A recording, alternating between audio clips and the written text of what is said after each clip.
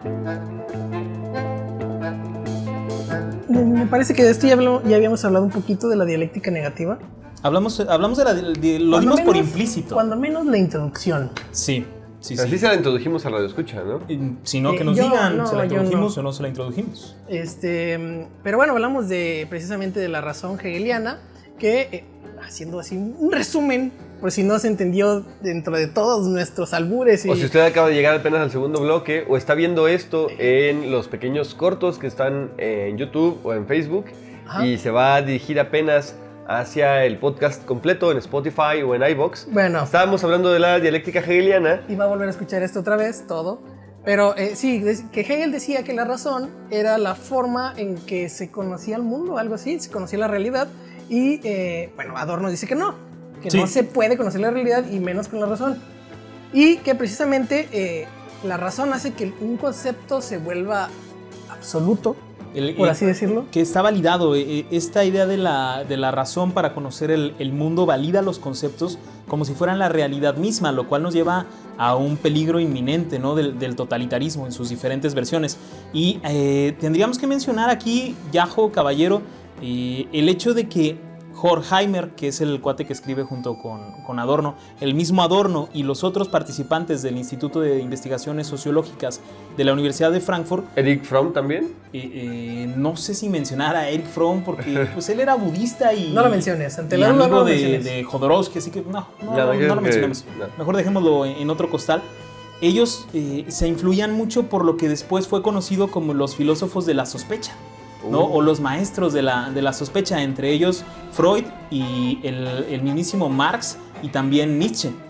Que aunque estuvo muy influenciado por Marx, siempre se mantuvo muy al margen de todas las intrigas políticas, ¿no? O sea, nunca se inmiscuyó directamente en política, aunque sí era un abierto defensor del neomarxismo. Sí, era defensor del neomarxismo. Incluso en el libro La dialéctica de la ilustración hablan acerca de que cualquier ideología también es una mercancía. O sea, la ideología está validando una forma de vida, un pensamiento político, y en ese sentido es una mercancía que se vende y que se tiene que propagar para poder conseguir el poder. Que de hecho eso es súper delicado, porque es así como se crean las dictaduras fascistas. Cuando se propaga la idea, cuando el modus vivendi es una propaganda del Estado y se generaliza o se homogeniza la población, llegan a acontecer entonces situaciones súper complicadas respecto de la idea de la nación, ¿no? Y que lo vimos, por ejemplo, en el nazismo, donde incluso las obras de arte estaban provistas por el Estado siempre y cuando hicieran un ensalzamiento del Estado, ¿no? Sí, y de la raza aria, ¿no? Que ahí también Nietzsche tuvo sus que veres, ahí lo malinterpretaron. Pues Adorno y su compa el Horkheimer tienen que ver con esta situación acerca de la cultura y de la masificación de la cultura, ¿no? ¿Qué era lo que decía él respecto de la masificación de la cultura? Que... Es muy curioso que lo preguntes, caballero, porque a su exilio en Estados Unidos, Adorno se convirtió en el director de la radio. Fue director de la radio en Nueva York. Y escribió muchísimos tratados respecto de la comunicación. Sí. Pero precisamente en cuanto a este tema, y creo que ya lo habíamos... Usted no lo sabe, pero lo habíamos hablado antes, que creo que no hay que confundir la masificación con que una teoría... Con la nixtamalización. También.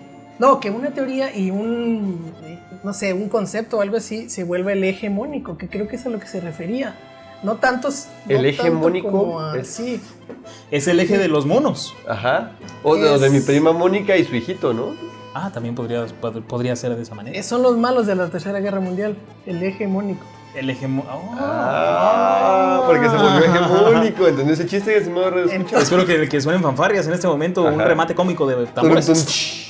Porque, bueno, precisamente uno de los objetivos de todas las ciencias sociales pues es hacer llegar el conocimiento a la gente, ¿no? Pero yo creo que él más se refería como a esto de no volver una teoría como la hegemónica, ¿no? la dominante.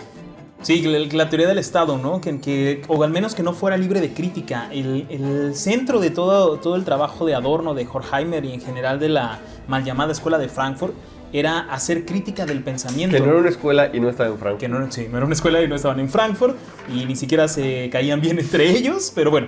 El punto era que se hiciera crítica de todo lo que estaba pasando y que no llegara a haber vacas sagradas. Exacto. Que no hubiera un punto que no fuera cuestionable, que no existiera un concepto que no fuera debatible. Porque si lo permitían, entonces iban a llevarse al totalitarismo. Exactamente, que precisamente él dice eso, ¿no?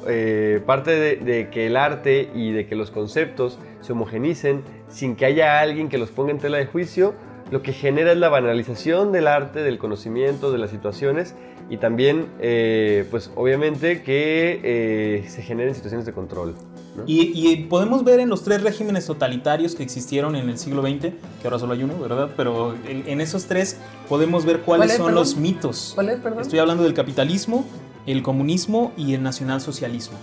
Estos tres regímenes totalitarios que se vieron las caras durante la Segunda Guerra Mundial están basadas en un mito y a partir de ese mito tienen su propio razonamiento, tienen su propia dialéctica de la ilustración, por la cual llevaron a cabo pues múltiples eventualidades en contra de la humanidad. Así es.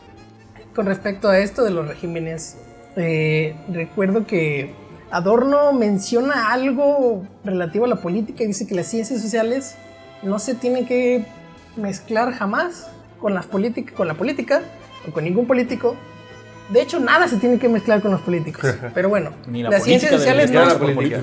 La política debería estar hecha por Kang y Kodos.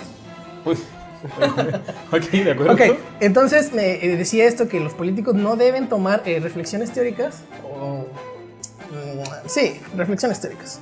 Y allí hay un punto de inflexión con Heidegger. Recordarán que Heidegger cuando se hace... cuando está en esta universidad de no me acuerdo dónde. ¿Cuando se hace maestro entonces? Cuando se hace como el chido de la universidad. ¿Cómo se llama el chido de la universidad? ¿Rector? El rector. Cuando se hace rector de una universidad, él hace su discurso en honor al Führer. Sí. Y dice que la palabra del Führer es aquello que deben de seguir y que es la salvación para el pueblo alemán. Hace un proselitismo desvergonzado, ¿no? Sí, totalmente. El Raúl Padilla. El Raúl Padilla. ¡Del infierno! No. Vamos a taguear en el video. Sí. Invítanos a la FIL. Se le fue el patín. Es por el diablo que anda rodando. El diablo, sí. Así es. No, él recuerdo que también mencionaba que, bueno, antes se creía que el objetivo de las ciencias sociales era hacer teorías o hipótesis y solitas se iban a materializar en la vida real. Precisamente por esto de la razón. Ajá. Que la razón era lo que reinaba en ese tiempo y lo que se razonaba era igual que la realidad.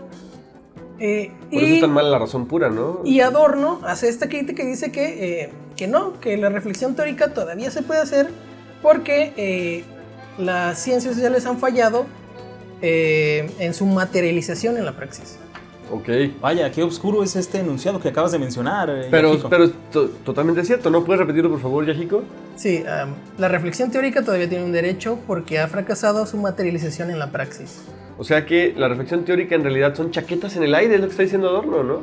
Sí, Sí, tenemos, creo que eso se básicamente refiere. tenemos sí. una oportunidad con la reflexión teórica porque aún no llegamos a su aplicación práctica. Es básicamente lo que está diciendo ahí Adorno. Sí, es como esta crítica de decir, a ver, que tú lo pienses y que tú expliques cómo funciona una sociedad no va a arreglar nada. Exactamente. Tienes que proponer algo. Que además era él el que defendía, ¿no? Que solamente podrías criticar, que el filósofo podría criticar sin necesidad de dar soluciones. Sí. Curiosamente, su postura era que la filosofía tenía como objetivo estudiar y criticar las razones de otros, pero no proponer ellos mismos una solución, sino que tendrían que ser algo así como la conciencia, como el Pepe Grillo de la ciencia y de la política sin La meterse ellos vocecita de mismos. tu cabeza que dice, la estás cagando. Y ya sé Ándale. que usted levantó la ceja cuando escuchó esto, pero no. Porque escuchar la palabra filosofía siempre hace que uno levante la ceja como diciendo esos güeyes que... Adorno le Y la llama taza de esto café. crítica inmanente y no lo encuentro, pero se refiere que cualquier cosa tiene que ser criticada desde sus adentros. Exactamente. O sea, no puedes proponer, si eres un filósofo, no puedes proponer una solución desde afuera, tienes que proponerla desde adentro. Desde adentro tienes que decir, esto es lo que está La mal. crítica inmanente quiere decir que solamente podemos ver los toros desde el ruedo y nunca desde la barrera. Es decir, que inmanentemente, es decir, que la cosa en sí misma tiene propiedades de crítica siempre y cuando sea la cosa misma quien la critique. Y no sé si aquí ya se dieron cuenta, pero es donde Adorno mete la fenomenología de Husserl. Exactamente. Ahí hemos hablado mucho de la dialéctica. Claro que me di cuenta. Claro que te diste cuenta. Sí, Por sí, sí. favor, Pues, Es es súper obvio. Es obvio. Ahorita Pero- la gente está diciendo, es que Valcanti diciendo lo obvio. Sí, por supuesto. Pero si recuerdan, hemos hablado de que hablan mucho de los maestros de la duda, de que hablan mucho de la dialéctica. Otra de sus fuentes era la fenomenología.